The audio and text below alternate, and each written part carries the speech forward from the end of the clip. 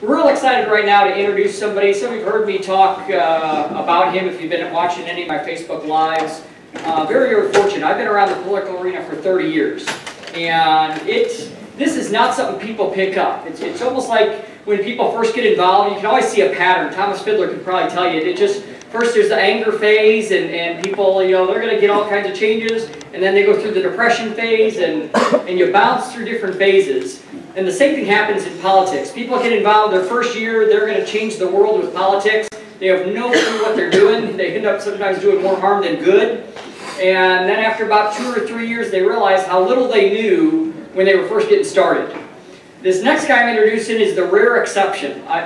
Literally, in 30 years, and I know some of the best across the country, I have never seen anybody who picked up on the nuances of getting legislation passed the way this guy does. He understands legislation, he understands the structure of how a bill works. Many people don't understand structures of how a bill works. I'll give you an idea.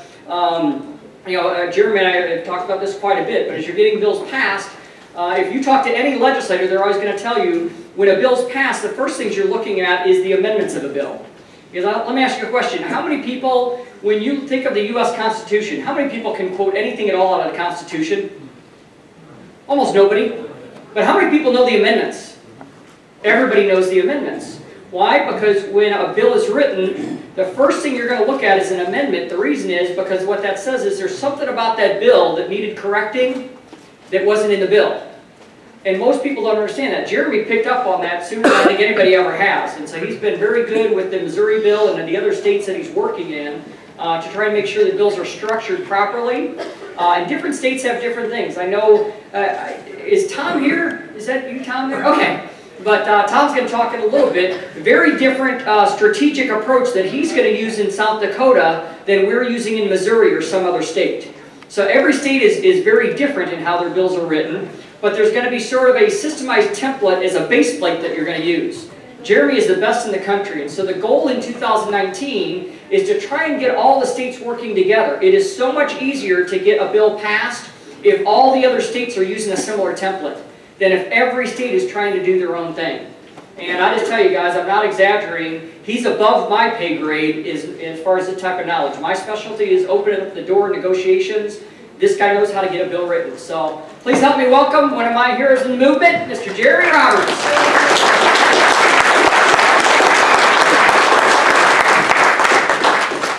All right, everybody's bellies are full and ready for a nap. I hope I don't put you to sleep. My name is Jerry Roberts. I'm the National Legislative Director for the Fathers' Rights Movement. Many of you I have spoken with in the past few years. If we can get to my slides, I'm going to try to, I have a half hour. Sounds like a long time, but I'm covering a ton. So if we can get to my slides here, I am from Missouri. We are the Show Me State. That is our logo, or that is for the Missouri Fathers' Rights page. And it's a simple thing just to tap into the tools that you have at your disposal moving forward with legislation. The actual process itself, you have to almost, it's kind of like this, what's that, Survivor, Outwit, Outlast, Outplay, all that stuff. That's kind of where my presentation is going to be today. Everybody knows the basics of how a bill becomes a law. That over there is a mess. I'm not going to go through it. But we all know, in general, a bill has to start in either the House or the Senate. It gets first read, second read, assigned to a committee by the Speaker of the House. I don't think I can go so crazy that you guys, your minds are going to spin, but everybody has a responsibility and leadership. End result is it gets to the governor's desk and becomes law, or gets vetoed, or becomes law because he didn't sign it in 45 days or a certain amount of days afterwards. That's the general concept. But let's move into how we go about things. So we can get the next slide here. So, like Mark had said, we went to back in it's been so long now, 2015, 2014, I met through Thomas Fiddler. I met, the image there is myself, obviously, Kenneth Goins, Representative Swan, Linda Reitzel, and then obviously, Mark. I met Kenneth and Linda back in the fall of 2014, and they had been putting in legislation in Missouri trying to figure out the language that they wanted to use. They were using the presumption, and I want everybody to pay attention to some of these minor details. The lawyers in the room are going to pick up on this very, very quickly, I think. They're using the term presumption. There is a danger. If you want legislation to move forward, it has to be able to breathe, it has to be able to move, the mechanism itself has to be able to bring in judicial discretion to a certain degree, because you cannot have black and white legislation. It creates a pressure cooker scenario.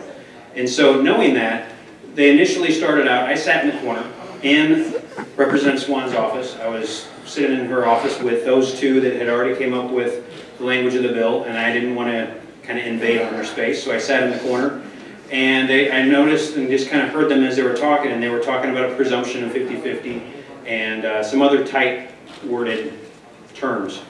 I kind of interrupted and said, so tell me what the bill does. That, not to toot my own horn, that's what I like. I understand the mechanism. I want to know what the mechanism of your legislation does, what you expect it to do, and does the language follow suit. And what they had told me was, we want this bill to start out at 50-50, and some other scenarios that were with it. And the one scenario I said to them was, well, what happens if you have domestic violence? What happens if you have legitimate reasons where a judge cannot give 50-50? If you put the word presumption in your statute, your bill's going nowhere. If that's all that's there, it cannot be there. And at the time, I could not think of the term. I looked at Ken, and he's an attorney, and I said, Ken, what is that term? I don't know why it's not coming to me. What is that term when you have a presumption, but it can be, somebody bring up something against, and he goes, a rebuttal presumption? I said, that's it. We need a rebuttal presumption for 50-50 custody. It allows for things to breathe. It allows for that pressure cooker. It allows for a vent. And in that moment, it was born. Since then, I've talked with multiple states, multiple groups, and I would imagine if I asked who I talked with, or if you were in a conference call with me, I would imagine there's going to be several hands that would go up right now. Would anybody be willing to do so I could see? So, all across the country, we've been behind the scenes, and that's the key. Behind the scenes, what we're trying to do is we don't want to promote what we're doing, why we're doing things the way we're doing it, because you have opposition out there that's just going to be doing the exact same thing. So when we met them, that's the story. That's where the rebuttal presumption was born. Next slide. And what we had discussed was obviously the rebuttal presumption itself for equal parenting time, not joint custody. I know we had somebody up here that said that he's been pushing for so long for joint custody. That's good up until now. Joint custody by law can be, it's not equal. Joint custody can be 20% to one, 80% to the other, 10% to one. If you're sharing time, you have legally joint custody. We are at the realm now where we want equal parenting time. That's the language we want in there for a rebuttable presumption. The other thing that went through in 2016, we initially had a rebuttable presumption language that we put through. It kind of stalled out. These are some techniques I'm going to tell you about later, but I later put in a separate bill before the cutoff date for legislation for facts, findings, and conclusions of law. Why that's important is most states, and if you look at your own statutory language, you're going to see that there's determining factors of custody. And what it's going to say there is that, that the courts shall, strongest language, consider these determining factors of custody. Problem is, how do you consider something? All the judge has to say is, I considered it, right? So the facts, findings, and conclusions of law require them to answer those factors. That passed in 2016 in Missouri. That was actually part of HB 1550, which the bill number itself was SB 1115. That's Senator Emery, if he's watching. Hello. But things come together, and that's the point I want to make to you. Is you can piecemeal mechanisms out, and they can come back together when you learn the process. It's not just introducing a bill. Next slide, please. This is the model. So this is obviously if we have a perfect scenario. Will this happen? And should you introduce expect legislation you introduce to come out with this language? No. You shouldn't expect it. Things will change. But you would want clear and convincing and burden of proof. You would want, obviously, domestic violence amendments to stay off of there. Reason being, when the courts, appellate courts review language, they look at legislative intent sometimes. And the point is, if you pass a bill that has certain language, a certain mechanism that says X is going to happen, and you have another part of that, an amendment that counteracts that, they will interpret that because they want the status quo. They don't want to change things. So we want to keep as much off amendment-wise as we can. But there is room for compromise. Next slide, please. So that's basically the model of those 4 parts that we would like to see all the states start to put legislation in with that. So we can not have leaders that are far along in states and then 5 years down the road, people just trying to catch up. We want to create a massive wave across the country. Obviously the benefits, everybody knows what it is. The things that you can address is the streamlining of the judicial system itself. That's the most important part of a rebuttable presumption with legally speaking. You're going to hear opposition say, well, the system's bogged down. We're going to have people that are all going to be coming back to court. Point is, though, if you have a rebuttable presumption, it's pretty simple, right? If there's something there that breaches the burden of proof, then basically we'll address it. If it doesn't, we don't have an issue. That case comes in, out of the system, you've just streamlined your judiciary. And also it brings both parties to the table. We all know that can be and most likely is a factor. If you don't have a mechanism that requires both sides to say, you need to compromise, you need to communicate, you need to work together, because if you don't, you're not going to look good in front of the eyes of the judge. Next slide, please. So establishing your team. This is talking about going to the Capitol. You can't just good at going on your own. You're going to be overwhelmed, I promise you that. It's going to take multiple years for you just to learn the system. You need to have a team. You need to be selective. You need to have a leader. You need to have someone or leaders that wear different hats at different times. You need to be able to have depth to your team. And then on top of that, be transparent. Communicate with other states. Communicate with other organizations. Most of us that are in this room, that I know them, they know me, and even people that aren't here, we literally communicate behind the scenes constantly. You're learning off each other. You have to learn this process because inside the houses of the Senate and the House of Representatives, there is all sorts of things going on that you would have no idea about until you actually experience it. So when you are establishing your team, you want actions speak louder than words. That goes, sorry, but the attorneys in the room, you're going to have a lot of people, especially attorneys, that are going to want to feed off of the fact that you are a father's rights or an equal rights, and they want to market that. They know that they have a captive audience. They know that they can utilize the people that you're associated with. Yeah, who has a family rights attorney? That's kind of a scary concept when I hear that, people, because it can be abused. So what I would say is be selective. The attorneys that show up to the Capitol to testify in favor of your legislation, the attorneys that offer their time to help you write legislation, actions speak louder than words, bring them in on your team. Don't just assume that an attorney or anyone is just, I'm going to do this, because you're going to have to learn to rely on one another. You obviously want a diverse cross-section within your team, Democrats, Republicans, different ethnicities, genders, grandparents. It all matters, and it all adds depth, different perspectives, and prepares yourself for hearings down the road. And what I would suggest is within the states themselves, assign leadership by appellate district, because when things do go for review, it's the judiciary's job statewide to basically codify the outcomes of case law. And if you have differentiating opinions in different appellate districts, what that allows is Supreme Court to interact, media if you need to do that. It's just going to help you build what I would consider political capital, and we're going to get into that in a little bit. Next slide, please. So these are examples of team members. Obviously, you're going to have legislators, industry professionals. The main thing I want you to understand is the things in parentheses. Those are all 3 branches of government. You want obvious depth with the parents, but you want to have the branches also represented in your group. Again, adding depth, experience as you move along. Next slide. So, and along with that, yeah, creative solutions. And the last thing is what I would consider the most important thing. If you're on your own right now, you feel like you're on your own, and you don't have anyone yet, you're building your team, you have to be able to look at things from multiple perspectives, and you have to be able to be objective and take the emotion out of where your legislation is. If you don't do that, what happens in your state can affect other states, positively, negatively. First question every Senate hearing or House hearing I've ever been involved in, the legislators will say, what other state does this? If you have something that's new that comes through, you need to make sure, and we need to take on the responsibility to pass legislation that has teeth. And we have to make sure that we are aware and we are being responsible with what we are allowing through. Next slide, please. So just to give you a concept, using the image, and I like pictures that kind of tell stories.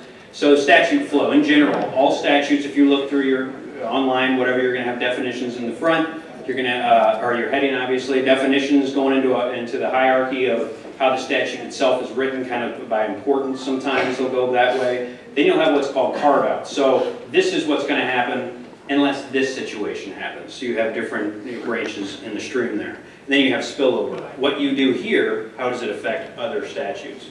If you're not aware of that stuff moving forward, then, or at least in the process, utilizing your team of legislators that they can address this stuff, again, you can trip yourself up. All of these things that we're talking about that seem very simple, but they become complex, they stall a bill.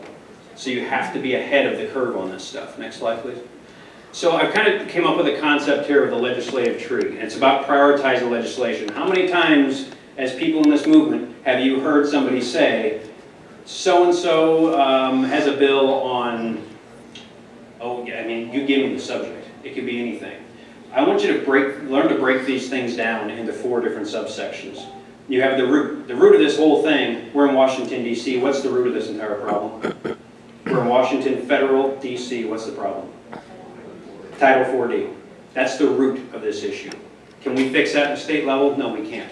Deepest we can go at a state level is the trunk. And the trunk is the rebuttable presumption. That's the ability, and that model that I gave you, that is the trunk of this issue. Then there's things within the branches, and the branches would be domestic violence. I don't know why I'm drawing a blank, but as different mechanisms that branch off and that the judiciary has to go through. And then obviously, lastly with the leaves. The things that are important to individuals, but for the actual statute and for the purpose of the overall movement, the benefit for the movement, the leaves are the individual things. It would help me out, but does it really have teeth and help out downstream of the issue? Next slide, please. So if you want to introduce legislation, 3 is it's kind of a standard that we're hearing across the country. 3 to 4 is probably more realistic on something that's controversial. Because of all those things we just discussed. You could have spillover. You could have these things that you thought you had every word down, and then a senator sits up on the floor and says, you know, that one word should be an or, and we're out of time. That's all you need sometimes. You could be going for months, if not years, on something, and that's all it takes. And you just got to be okay with it. Always fall back to the model, and always fall back to what you want to actually be changed. Don't just allow everything to happen, because you may very well have to kill your own bill. That is a possibility. We just did it in Missouri on one of our bills. And a technique that I came up with back what I was originally saying in the original story there with Ken and producing legislation and creating legislation towards the end of the cutoff date of when it can come in. Be aware of those dates, because what I would say is put in your strongest language first. Get a feel for your legislators. Get a feel for where your team is. Get a feel for what's going on. Is this moving? Is it not? Is it going to stall out? Because if you can find that out before your cutoff date, you can now either reduce your burden of proof if that becomes the issue. You can address their problems, reintroduce the legislation, or it may be something that's now, instead of it being part of the trunk, it's a branch, or maybe even something in the leaves, that then will later on tie back in to the entire tree, maybe a year later. So everything has to be designed to dovetail. Next one. So simple things, like I said, shall, may. It's important to have judicial discretion in there. It's important to address domestic violence. We can't just say it's not going to happen. It's important, in essence, to address child support. Does it mean that we're all for or against or whatever? The point is, those things are already assumed, and you have to utilize the political capital that you have within the legislature and spend it wisely. And you spend it in the form of bills. Let's see, so in case anybody doesn't know, if you need help, again, if you're by yourself, you can talk with a legislator. I write a lot of the legislation in Missouri along with my team, and a lot of times we just get a thumbs up from the legislator, from the research department, and it moves on. But if you're by yourself, you talk with the legislator. You don't have to have the language down. A lot of people, I think, stress out about that, and it actually deters them from talking with the legislators. If you have the concept and the mechanism down, talk with the legislators, and then they're going to get you in touch. They may even bring a researcher in then, and sit down with them, tell them what the mechanism is that you want, and they'll help you produce that bill. So you don't have to have everything correct and perfect right off the get-go. And the expendable provisions. This is kind of a technique where if you have a bill, like the model that we have here with the different burdens, if you can lower a burden, if you need to, let me say it a different way. If you can introduce legislation that has a higher burden, and then it gets challenged, if it's a compromise to lower the burden, well, what you've just done, if that's the fix and your legislation moves forward, what you've just done is you just got the thumbs up on the mechanism within your bill. Because they were okay with the mechanism, they were only concerned with the burden. So it's kind of a way to help compromise and negotiate moving forward. And that goes back to that no absolutes with the presumption versus a rebuttal presumption. If you put absolutes in there, your bill goes nowhere. You have to completely understand how your mechanism affects other areas of statute. Next one. So finding your sponsors. This is again internally kind of concepts here. If you can, obviously if your own senator, your own representative, if they can help you out, fantastic. But now who are they in the body? Are they chairs? Are they vice chairs? Are they maybe the chair of the Judiciary Committee in the House and they're supportive? Or you have to understand that there is somewhat horse trading, I guess to say, going on behind the scenes. So a lot of times you're going to have, if you can get a sponsor that has a lot of power, a lot of clout, it's going to help you advance your bill, opposed to just having a new freshman legislator that came in saying, I can give you the world. Well, they can try, but there is, just like high school, that does happen in the legislative body. So next one, please. So back to political capital. So to me, the way that you're moving bills is, political capital is your currency in the body. So you're going to get so much that you can get done, and it's based on how much of a bubble you can produce to influence and get these legislators to realize we need to address this. So there's things you can do to help do that. I mean, that's all that list is. The most important, obviously, is you just want positive optics with everything that you do. I know Jesse does a great job with everything, with all the events in Illinois that he does, one of the best in the country that I've seen. And it's very important because instead of us being angry, instead of us being all these things that they've used that are false narratives and all this, we get to show them, you know what? We're doing good things for the community, and it helps the optics that are involved in this. So when they say it, no, this is what we do. This is, it's be smart about how you approach things. Next one. So, and obviously boots on the ground. You have to get in your capital. Along with that, a couple other things. Who has been to your Bar Association Family Law Conference? Do you know any attorneys that maybe have gone there, or anyone? I mean, there's other avenues you can go as well. The more information you can get from the different branches, the different areas and things moving forward, the more it can help you. The next one is the child support guideline hearings. Because of the Social Security Act, every 3 years, every single state is required to have hearings across their state. Anybody ever go to one? Show up. Because the same faces, they're going to assign a judge that travels around. They're going to get to know you. And then on top of it, you get to speak to the Supreme Court in your state, or whatever body is that addresses this, and let them know that who you are. Along with, they're going to realize what you're doing, where you came from, and also that you're doing legislative stuff as well. Make yourself known. Spread out, spread your wings, get your team on top of everything. Next one, please. So, and you have to be aware of doing so, going to the Capitol, you have to be aware of your state lobbyist laws. And you have to check with the ethics division within your Capitol to see if you're violating anything. We do have 501c3, 501c4. Mark is a 501c4. He can lobby without any worry of anything.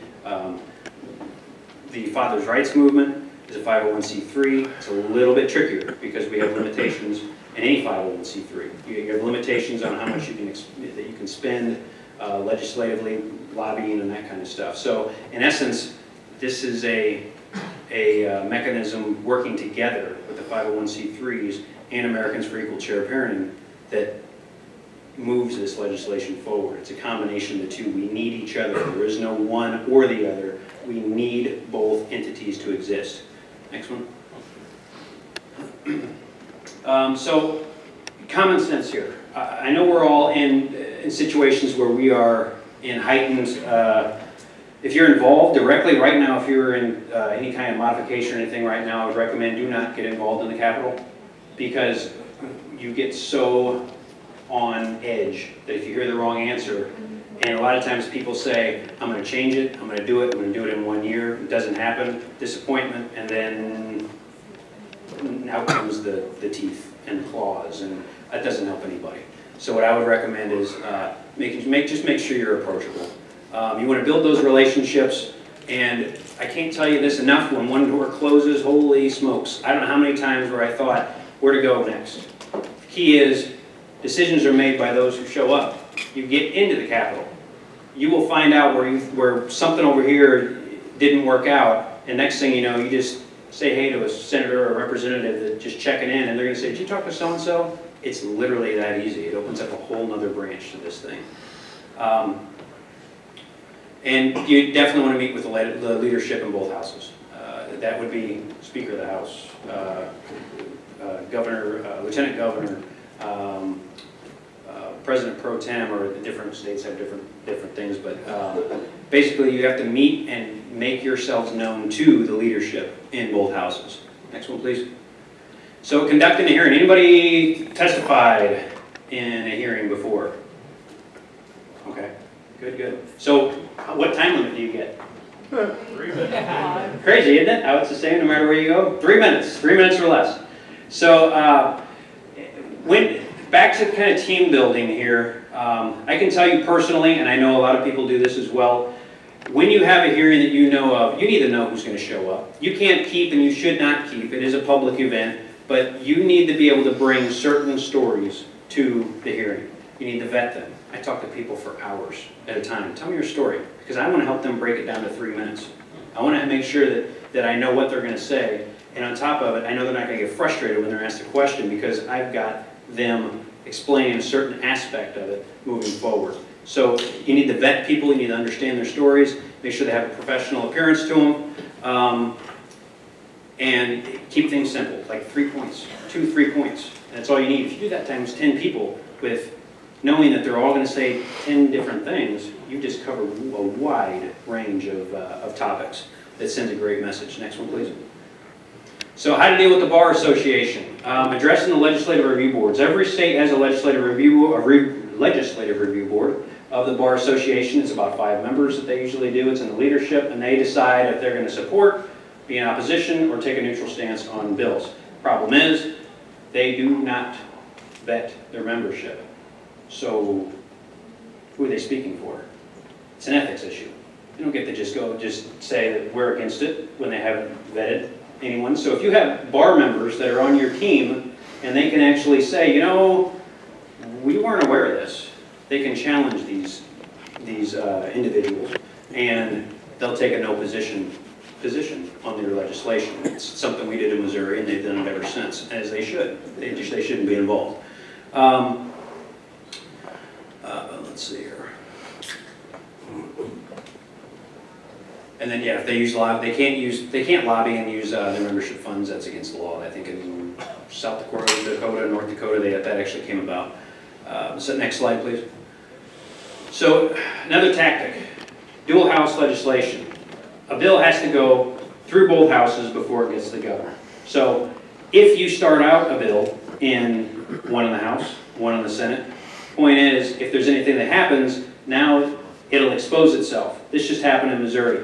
The Domestic Violence Coalition tried to put an amendment on our Senate bill early on in the session, and we realized what they were doing. So we made the decision as a team, because we wanted to make sure we took the responsibility to not include, to the degree that they tried to put it on there, a domestic violence amendment, to pull the bill.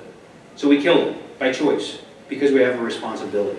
Then we allowed the other one to go through and move forward. It's just a tactic to use to try to expose things. Because the big concern is, what if there's a conference committee? A conference committee is when you have a bill that goes through the House, goes through the Senate, and they come out with different versions. You're going to get a law, most likely, but if you have two of them with a domestic violence amendment on there that's completely ridiculous, sure, they're going to talk about it. They're going to talk about it, how to create that bill like a neutral compromise on that, and that's not going to help anybody out either. So you have to be smart of what's to come, and it's just an experience kind of a thing. Next slide, please. So I kind of came up with this concept to help with a visual. The sailboat there is moving away from us, and in a run is what they call that. One sail off to the left, one off to the right. There's two parts. This goes back to a 501c4, 501c3. A 501c4 is the lobbying, the functional reform aspect of moving legislation. The public opinion is a 501c3, the educational aspect. And then at the bottom, you'll see that there's political capital. That's the momentum, that's kind of the wind that you're trying to grab onto with the sails.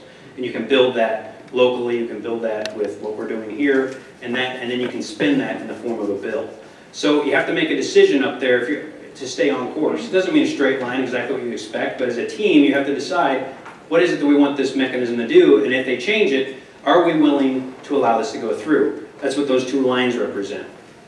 You have to understand what's going to happen, because at this stage in the game, as a new mechanism across the country, when they look, other states look to see what states are doing, if we allow the wrong bill to go through, it will become a new model, it will become a new standard, and it may or may not be a good thing for different reasons. Next slide.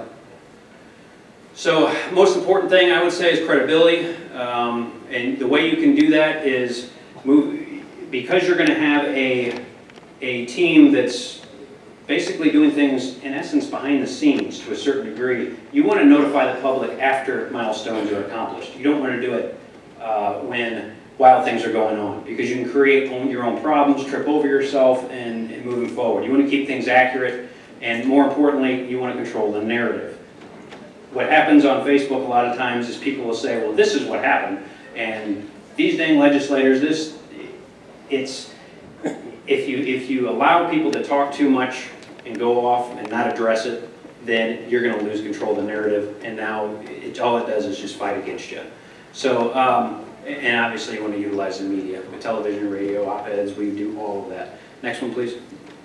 So, and I believe this is the last slide. The annual legislation review. So let's say you get everything moving forward, and you forgot to look to see what else came through down the pipe through the legislative session. And now while you just passed legislation, or you just presented legislation that was going to do X, you had 3 bills over here that are Bar Association bills that just changed everything. Or more importantly, you get a law that's in effect, and you don't put somebody on it to look the next year at what is being introduced. It can come back and it can bite you. You have to look both ways in this game. It's just not as simple as putting in a bill, moving forward. If that's all you think it is, then, I mean, you're just watching. It's going to take a while. So in the end, the last thing I'd like to do is, I know we had the Illinois people stand up. Who's here from Missouri? Can I get you to stand up?